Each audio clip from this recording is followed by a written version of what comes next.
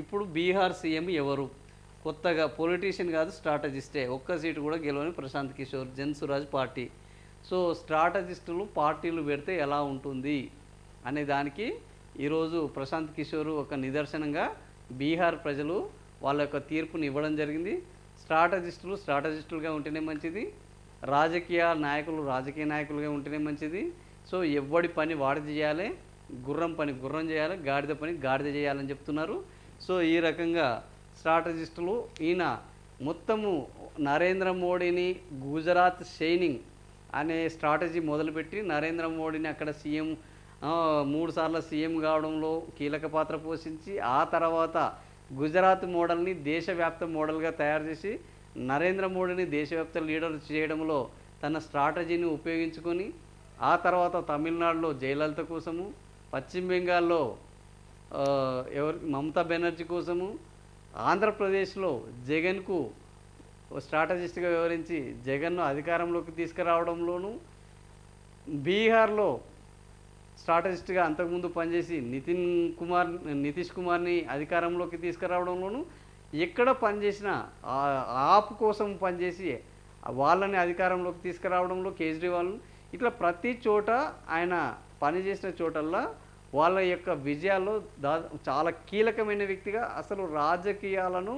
Strategist సెఫాలజిస్టుల యొక్క వైపు తీసుకెళ్ళిన ఒక స్ట్రాటజిస్ట్ ఎవరు ఉన్నారు అని అంటే పీకే.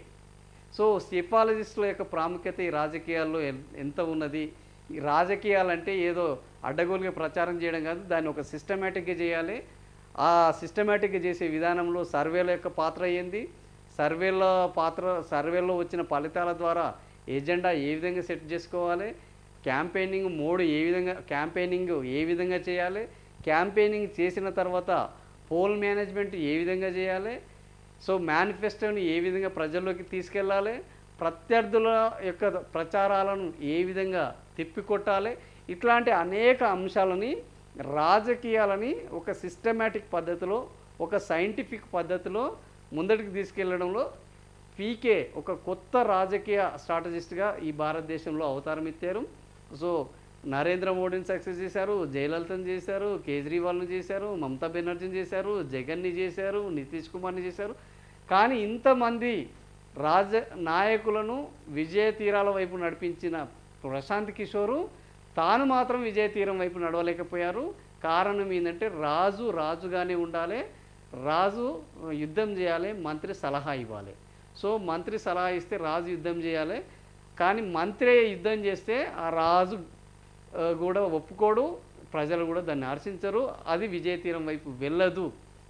సో చాణక్యుడు తను చంద్రగుప్తుని రాజు చేసి చంద్రగుప్తుని చక్రవర్తిని చేశాడు, కానీ చాణక్యుడు ఎప్పుడూ రాజు కావాలని కోరుకోలేదు, ఆయన రాజ్యాన్ని పాలించలేదు. సో ఇది చాణక్య నీతి మనకు చెప్పింది. చాణక్య నీతిలో ఎవరైతే మంత్రాంగం చేసేవాళ్ళు మంత్రాంగం చేయాలి, దాన్ని యంత్రాంగం చేసేవాళ్ళు యంత్రాంగం చేయాలి. మన తెలుగు రాష్ట్రాల్లోనూ కూడా ఇట్లాంటి వాళ్ళు ఉన్నారు. ఆయన రామోజీరావు కూడా మంత్రాంగం చేయడంలో ప్రసిద్ధి. సో ఎన్టీ రామారావు రాజకీయాల్లోకి రావడంలోనూ, తెలుగుదేశం పార్టీ పెట్టడంలోనూ, ఆ తెలుగుదేశం పార్టీ అత్యంత తక్కువ సమయంలో విజయ తీరాల వైపు సంచలనమైన విజయాలను నమోదు చేసుకోవడంలోనూ, ఆ తర్వాత చంద్రబాబు నాయుడు ముఖ్యమంత్రి కావడంలోనూ, చంద్రబాబు నాయుడు ప్రతిసారి ఓడిపోయిన ప్రతిసారి కూడా మళ్ళా చంద్రబాబు నాయుడుని వెంట ఉండి చంద్రబాబు నాయుడుతోటి నడిపించడంలోనూ రామోజీరావు ఎక్కడ కూడా రాజీ పడని విధంగా ఈ రాజకీయాలను ఒక పాత్రధారులు వీరైతే ఆయన సూత్రధారి. సో ఆ విధంగా రాజకీయాల వ్యూహకర్తగా ముఖ్యంగా తెలుగుదేశం పార్టీకి వెన్నుదన్నుగా నిలిచి తెలుగుదేశం పార్టీని అజేయంగా నిలిపిన వాళ్ళలో రామోజీరావు పేరు తప్పకుండా చెప్పుకోవాలి. సో ఇట్లా మంత్రాంగం చేసేవాళ్ళు మంత్రాంగం చేస్తే వాళ్ళ యొక్క విలువ ఉంటుంది. కానీ వీళ్ళు ఎప్పుడైతే మేము గెలిపించిన వాళ్ళు టీచర్ ఐఏఎస్ చేస్తారు, కానీ టీచర్ ఐఏఎస్ కాలేడు. సో అట్లా టీచర్ పాత్ర పోషిస్తే టీచర్కు ఉండే గౌరవం టీచర్కు ఉంటుంది. కానీ నేనే ఐఏఎస్ అయితేనని ఆయన ఐఏఎస్ రాసి ఆయన ఫెయిల్ అయితే ఆ తర్వాత ఆయన ఐఏఎస్లకు టీచింగ్ చేయడానికి అనర్హుడుగా మారిపోతాడు.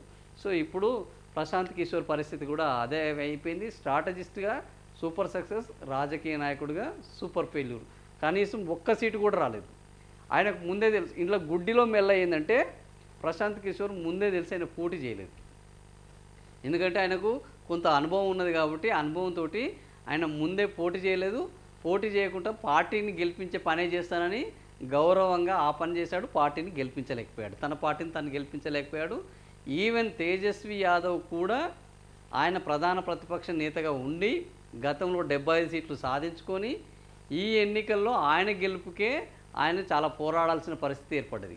సో అలాంటి పరిస్థితుల్లో బీహార్ ప్రజలు ఏకపక్షంగా నిమో, ఇప్పుడు కొత్త నినాదం బీహార్లో ఇంతవరకు నమో నరేంద్ర మోడీ నినాదం భారతదేశంలో ఉండే, ఇప్పుడు బీహార్లో కొత్త నినాదం నిమో నితీష్ మోడీ, వీళ్ళిద్దరి సారథ్యంలో బీహార్ 202 సీట్లతోటి ఎన్డీఏ అఖండ విజయాన్ని సాధించింది.